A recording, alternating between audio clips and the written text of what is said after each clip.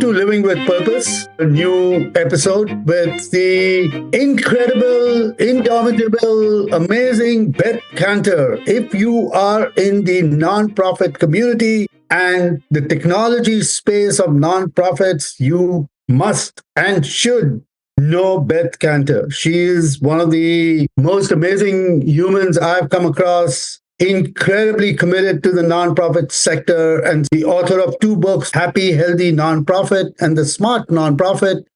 And she has really been one of the founders of the nonprofit and technology movement. So we are delighted that we have Beth Kanter with us today. So Beth, welcome to the show.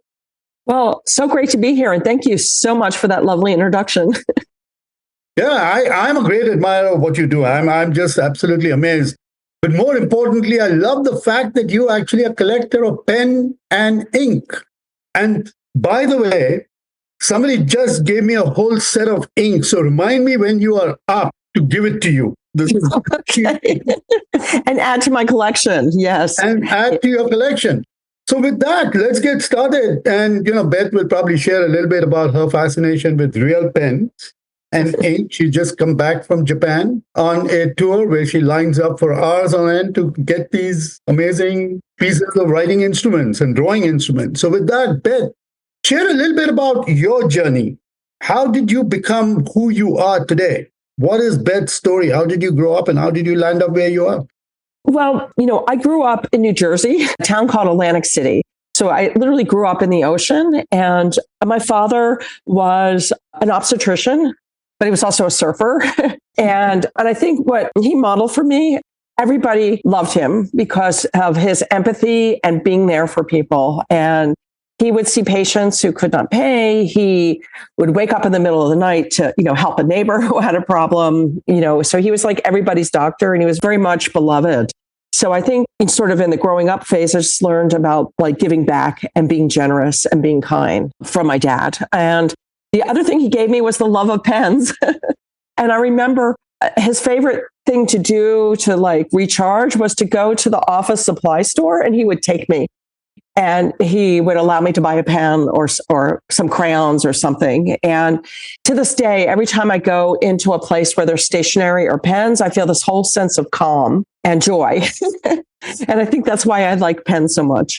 So you have the love for pens, stationery, but what was your journey to where you are today? So I started in the arts with many different things, painting, drawing, of course, because of the pens, but also classical flute and jazz flute. So that's what I majored in college. And I had planned to be a flutist, but that's kind of a hard profession to get into. And so I was talking with my flute teacher, who was the second flute of the New York Philharmonic. And I'm saying, I don't think this is my calling to be a professional flutist. And he said, well, you're really good at organizing things. Why don't you look at a job behind the scenes? And he introduced me to the managing director of the New York Philharmonic. And from there, I found out about the other managing directors, and I went and I interviewed them. And I asked, what do I need to do or learn to become an orchestra manager? And in those days, they said, learn how to type, honey. And so I took my metronome and I took a typing class, and I worked from going very slowly up to really fast. And I could type 120 words a minute. And I got a job at the Boston Symphony in the development office. And that was like, in those days, it was, this was a long time ago. I won't say how many decades, but it was almost like an apprenticeship. And I learned every aspect of the development office, but I really wanted to manage an orchestra. So I went to the head of the Boston Symphony and asked, what do I need to learn or do to be an orchestra manager? And he said, well, start with a small orchestra. And I got a job at the Pro Arte Chamber Orchestra as its executive director. I was the only staff, but I grew it. So I had more staff, and we had sort of my claim to fame there is that we got Garrison Keillor to do a benefit with us in Filene's basement. And it was broadcast by WGBH, nationally. And we raised a lot of money doing that. And I also started a program called Access to the Best Music, which mainstreamed people with disabilities into the concert hall. And then from there, I decided I was a project junkie. And then I became an independent consultant. And because I felt like working in an organization, I was limited on what I could do and what I could learn. and learning has always driven me. So I was a consultant to small arts organizations through the Mass Council, and I would get technical assistance grants. And after a while, I had worked with at least several hundred small arts nonprofits, teaching them everything from financial management, fundraising, marketing, board management, strategic planning, all the things that I had learned being, the only staff member at a small organization that wanted to grow. And then I got a call from the National Endowment for the Arts, and they said, oh, we need someone who's a specialist in small arts organizations to help us with doing an assessment for a program called Advancement, which was a capacity building program for small to mid-size arts organizations.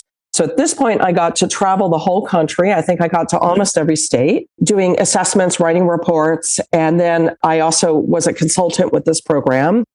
And along the way, this is where I sort of discovered technology. I heard about this program that was being implemented by the New York Foundation for the Arts called ArtsWire. And this is like in the 90s. Yeah. And I'm like, what is ArtsWire? Oh, it's to get artists and arts organizations on the internet. And I'm like, the internet? What's that? And then I learned, oh my God, this was very early. So I must be on the internet. And somebody showed it to me. And at that point, it was even before the web.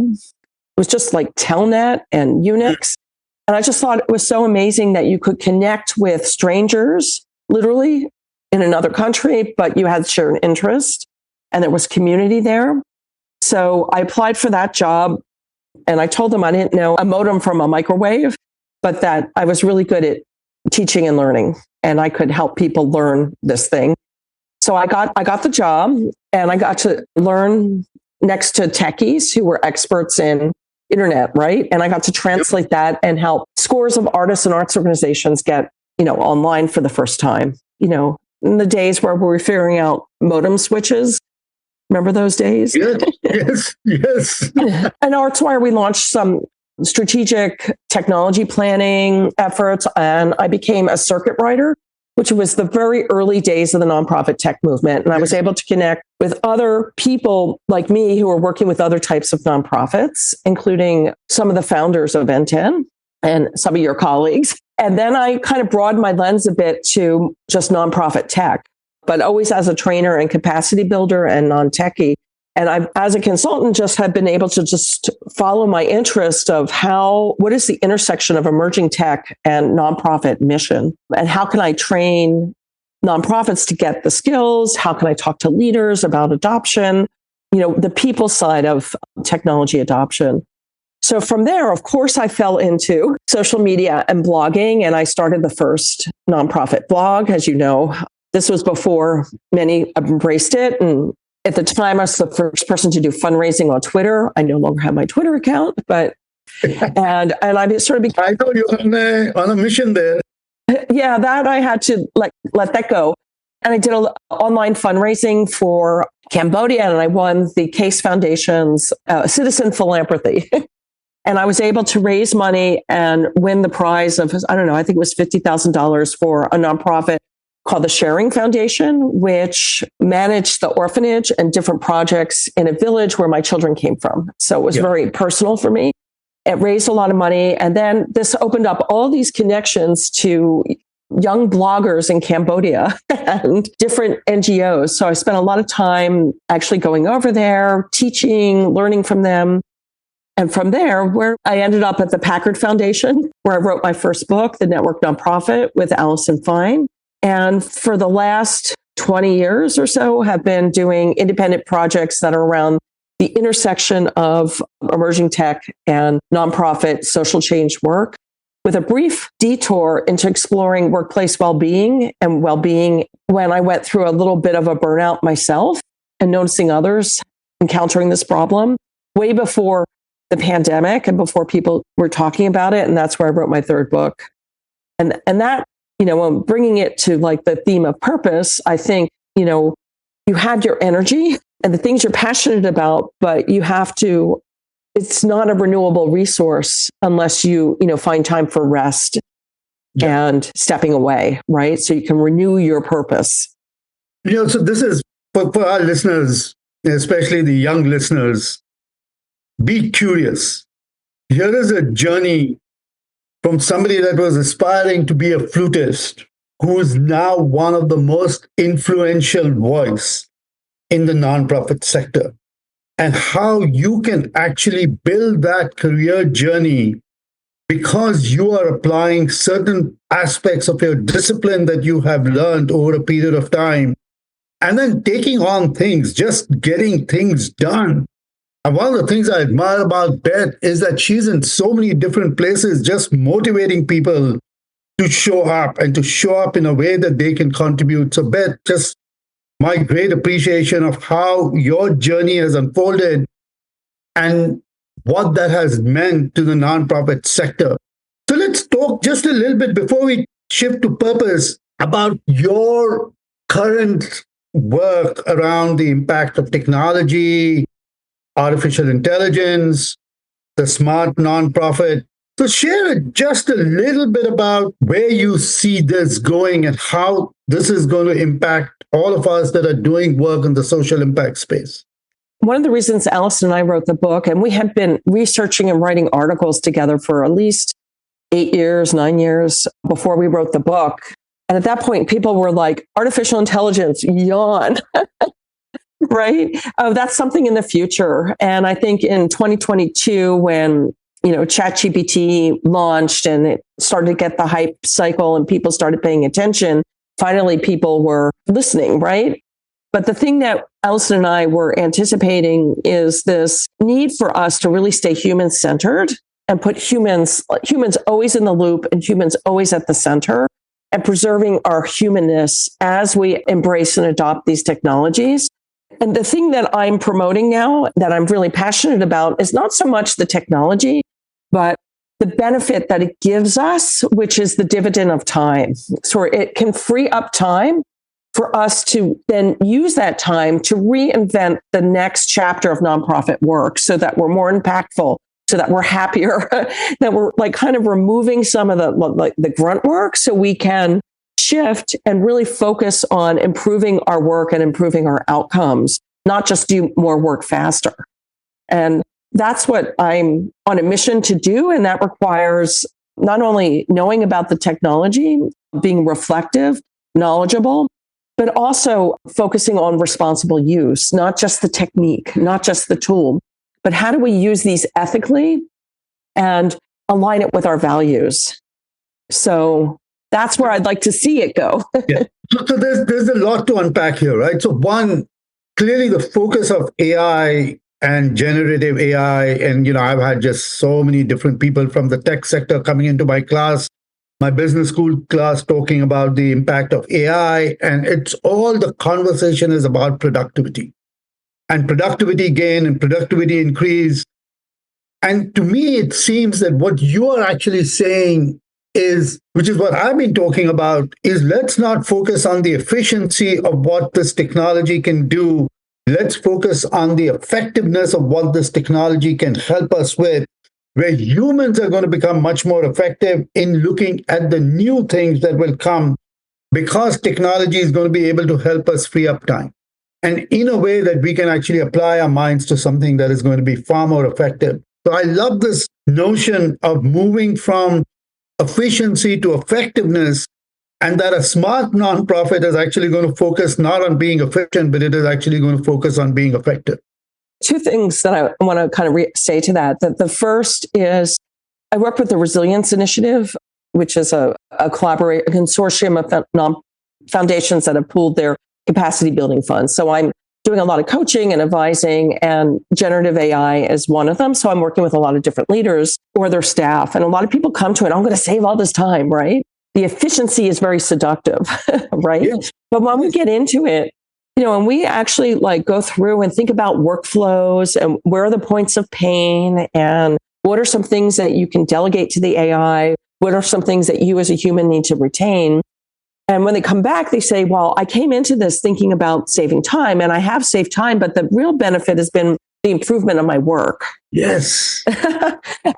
and that's just at the, task level, right? And I think we're still at the beginning of this. So we have, if we can hold that onto that improvement of our work, saving up time, and then we go up a little bit and say, how do we reimagine our jobs? How do we craft our jobs so that we're able to make time for the things that are connected to our mission, but really energize us? It doesn't really change our job description, but it changes the way we think about it, and also maybe the way we're approaching and doing the job. And then once that's set, then we start to like ladder up and think about, how is this going to change the whole way that we as an organization work that can get us to better outcomes? Now we're at this task level. That's just like, I think it's going to be a building thing, right? We get into more years of adoption. So that's one thing.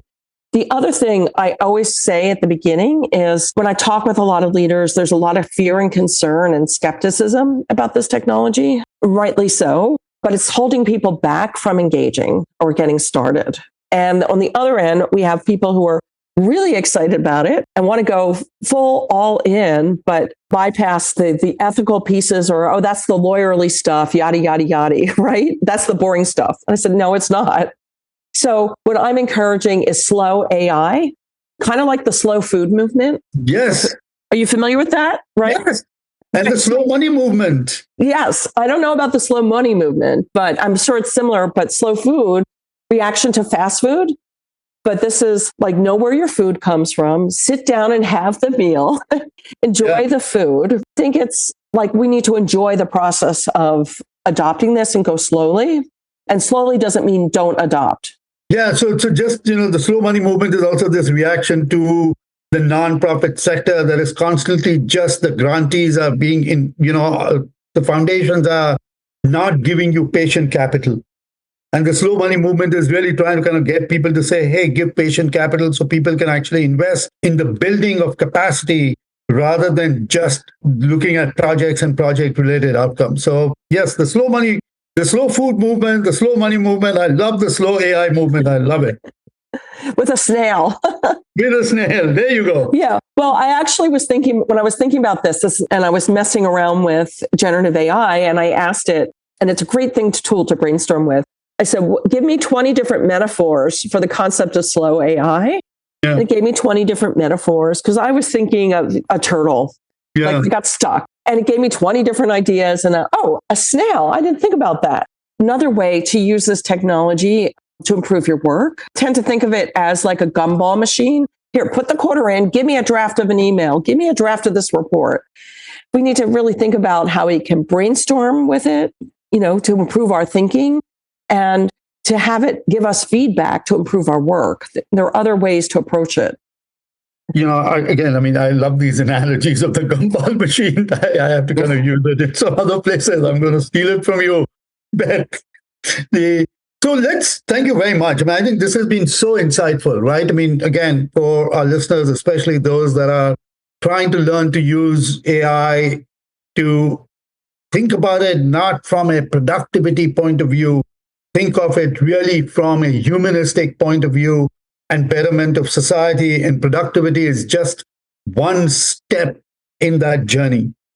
Let's shift to purpose and talk a little bit about, why is purpose important for you? Clearly, you've led a life of purpose, and how do you use purpose when times get tough? That's a great question. So I think about purpose with a big P and a little p. And the big P is probably like why I do the work I do, why I care about the nonprofit sector, why I am passionate about the use of technology to really encourage impact. That's my big P. And that's been my big P for a number of decades. I don't say how many. And that's what's given me fire in my belly, if you will. And then there's the small P. And these are things like, most recently, a small P is I'm taking up watercolor painting, right? Being creative. I took monoline calligraphy classes. So my little P's are around like creativity. So I think it's important to have both. So you have your big purpose, that defines you. For me, it's been very organic and intuitive. I didn't set out and go through a strategic planning process to find my purpose. It kind of found me and what I was energized about. I've also always have protected that energy by having a little piece or things that give me joy and renew my energy for my big P. I don't know if that makes sense, but Oh, I think it makes total sense. I mean, as you were talking about, I'm kind of looking at, where are all my small P's? And there are so many different small P's that each one of us has, which is, again, this little bit of energy that you keep putting towards your big P. So that renewable source of energy that the big P is continues to drive you forward. But it requires these small P's to feed you, because as you were talking about, you get burnt out, you get stressed out, and then you really fall off. And then purpose starts becoming very diminished for you. So the small P's and the big P's, so the small P's are equally important than just having one big P. yeah. And I think if I look back on, we talked about, sort of my journey when I was starting off, when I was younger, I found like I had more energy to keep going on my big P, and I could easily ignore the small P's. Mm-hmm. And as you go, you can do that and you can get away with that. But there is a point where you then start to feel a lack of purpose. It took me a while to figure out why that was happening. And that's actually why I wrote the Happy, Healthy Nonprofit. Then now it's sort of, oh, yes, I need to rest. It can't be the big P all the 24/7 all the time, because that's not sustainable. And when I actually talk with younger folks, there's a little bit of skepticism sometimes, like, oh, I can't stop. And I have to say, look, this big P will be there for you when you take your rest and renew yourself, right? It's not going to delay reaching it.